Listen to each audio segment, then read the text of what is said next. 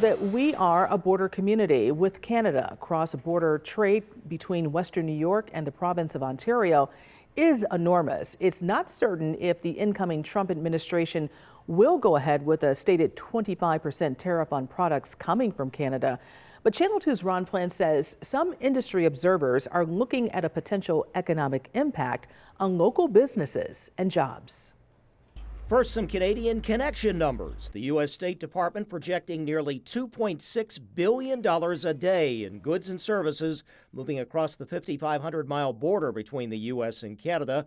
And more specifically, Canada's government estimating in 2023 $1.9 billion in goods exported into Canada from Greater Erie County. So this observation. And anyone who's gone across any of the border crossings here in the Buffalo area knows you see lots of trucks, and a lot of that is moving product. So the tariffs at 25% will mean increased prices for everyone in the U.S. on any product crossing the border. Especially here, the auto industry. GM in Tonawanda and Lockport, Ford in Hamburg.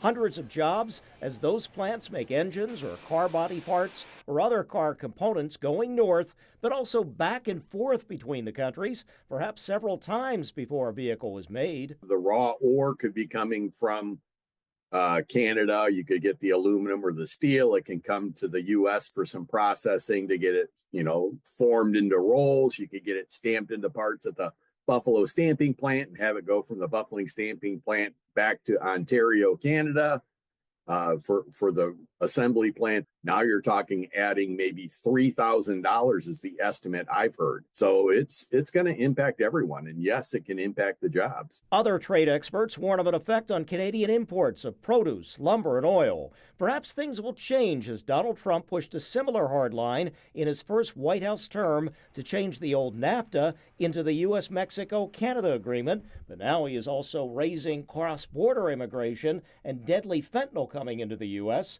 The Canadian Prime Minister. I had a good call with Donald Trump last night again. We talked about some of the challenges that we can work on together. We also reached out to the local United Auto Workers Union for comment, but no response today from them, Claudine. Ron, was there any other comment from members of the local congressional delegation?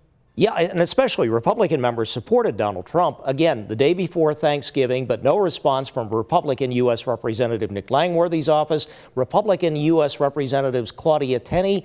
They did say that the president-elect wants to put American workers first, address unfair trade policies, and bad actors like China, they mentioned, which also faces trade tariffs. Nothing specific about Canada. All right, Ron, thanks so much for that report tonight on the 5:30.